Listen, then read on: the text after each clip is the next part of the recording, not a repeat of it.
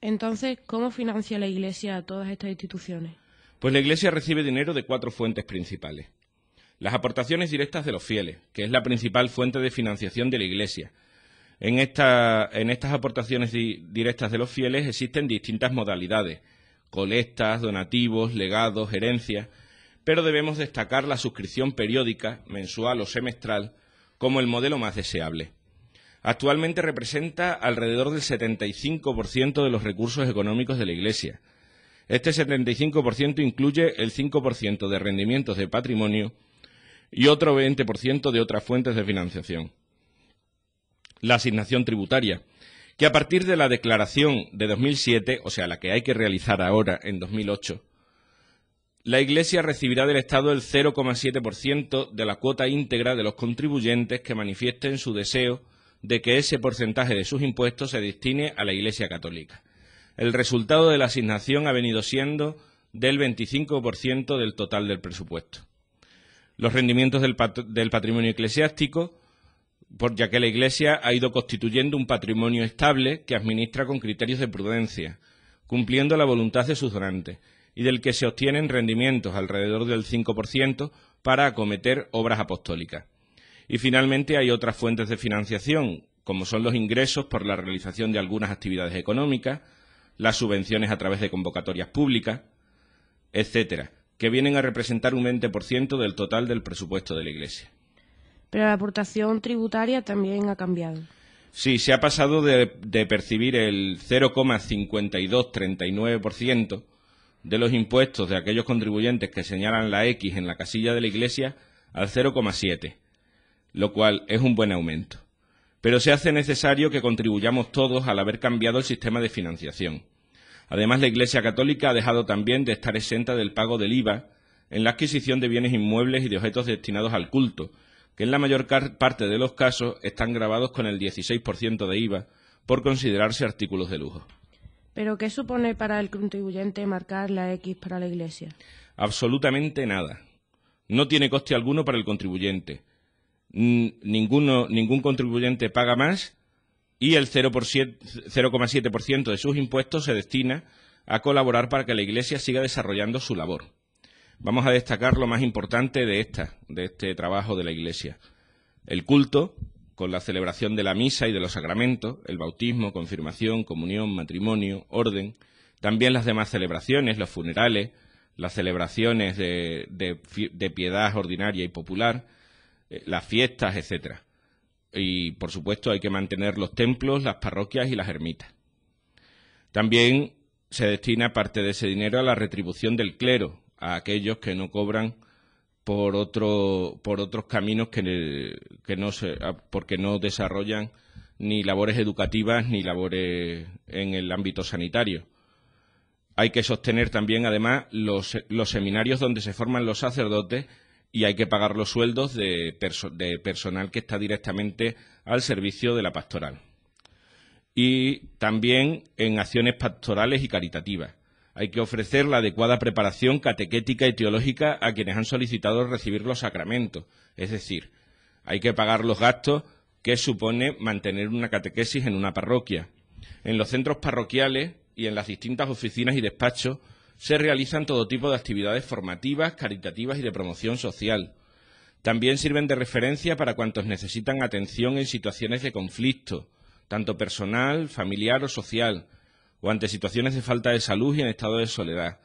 También en momentos felices y tristes de la vida, y otras muchas actividades en beneficio de la sociedad en general. La importante labor pastoral y asistencial que la Iglesia aporta a la sociedad se extiende a través de las más de 23.000 parroquias, los cerca de 850 monasterios de clausura, los más de 200 hospitales y ambulatorios, las más de 300 guarderías, los más de 900 orfanatos, los más de 1.600 centros de acogida y reinserción social y familiar. ¿Y se puede marcar la casilla de la Iglesia y la de otros fines sociales? Sí, es posible marcar las dos casillas y no supone coste alguno.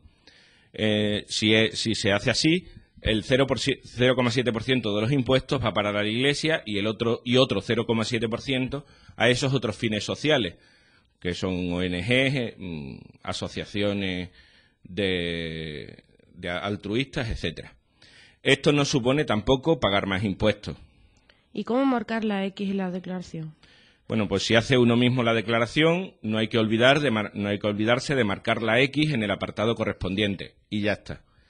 Si le ayuda a alguien, pues como puede ser la oficina de Hacienda, un asesor fiscal, una gestoría, un amigo familiar que entiende más de estas cosas, o el banco o la caja donde tenemos el dinero, pues hay que indicarle a ese alguien que se desea destinar ese 0,7 a la Iglesia y ellos obligatoriamente tendrán que marcar la X en el lugar correspondiente. Y si se ha recibido el borrador que ofrece la agencia tributaria en casa y se desea modificarlo, porque hay que recordar que lo que viene señalado por defecto es la tercera opción, o sea, que ese 0,7 no vaya a ninguno de los dos fines, ni a la Iglesia ni a los otros fines sociales, pues si deseamos modificar para que se indique que queremos donarlo a la Iglesia, pues se puede hacer de tres modos. En Internet, a través de la web de la agencia tributaria, por teléfono en el 901-200-345 o personalmente en las oficinas de la agencia tributaria, habiendo pedido previamente cita en el 901 22 33 44. También has hablado antes de las aportaciones directas. Cuéntanos algo más. Bueno, las aportaciones directas son el medio más cercano de colaboración con el sostenimiento de la Iglesia.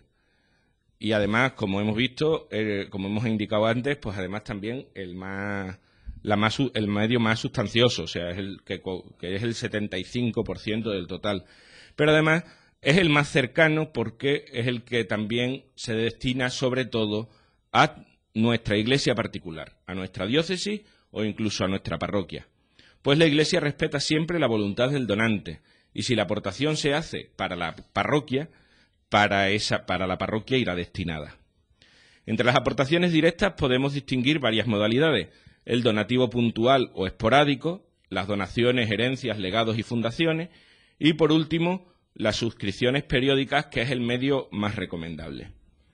¿Qué es el donativo puntual o esporádico? Es la contribución más habitual en la Iglesia. Es el donativo que hacemos a través de la colecta de las misas dominicales o el que hacemos con ocasión de la celebración de algún acontecimiento, como un sacramento o un funeral. Bueno, pero esos donativos son para el cura, ¿no? Pues no, y ese es un error bastante común. Se nos ha dado el caso en el que algún padrino de matrimonio o de bautismo nos ha dado el sobre con el donativo y nos ha dicho: tome usted, señor cura, para que se convide, cuando en realidad ese dinero va destinado íntegramente a las necesidades de la parroquia y los curas no recibimos dinero alguno por ese concepto. Hemos de desterrar la falsa idea de que los curas nos quedamos con la colecta o con los donativos, cuando ese dinero está destinado al sostenimiento de la parroquia y sobre todo al sostenimiento más urgente, pues el pago de los recibos del agua y de la luz, del material que se usa en el culto, como las formas de la Eucaristía, las velas y todo ese material que se usa también en la Iglesia y en la catequesis, pues fotocopias, cancioneros, folletos, etcétera. ¿Y cuál es el precio de un bautismo o de una boda? Ese es otro error que se comete bastante, el creer que se pagan los sacramentos. Si tuviéramos que pagar el valor de un sacramento, no habría fortuna para hacerlo, pues su valor es infinito. Son sacramentos de salvación y se dan en la gratuidad del amor de Dios. El donativo que nosotros hacemos, o que nosotros pedimos que se haga, es la colaboración con el sostenimiento de la casa en la que recibimos estos sacramentos, que al fin y al cabo es la casa de todos, pues es el lugar de la asamblea de los fieles.